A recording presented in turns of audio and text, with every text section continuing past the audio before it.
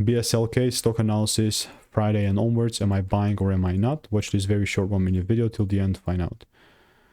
Looking at BSLK is just like the price after he gave me like a double break.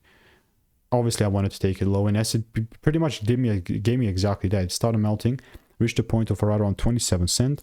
I mean 23 cents is not that far from that, and genuinely like I'm not gonna change my ideas on this. Like maybe like if the moment the price, for example, start breaking above with a full candle close above here 40 cents or so, yeah, it's gonna be 40 cents, then and only then I'll take things off for sure. But like this is just the wicks, and wicks do not count in this 4-hour chart. So still gonna keep that in mind. Let me show you the previous video just as proof. Yeah, this was made last year, like 28th of December 2024.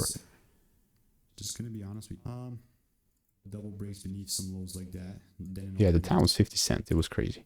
The background is the only difference, and the price obviously delivering. But other than that, if you want to make more money trading in a simple way, click the first link in the description. It's a free newsletter.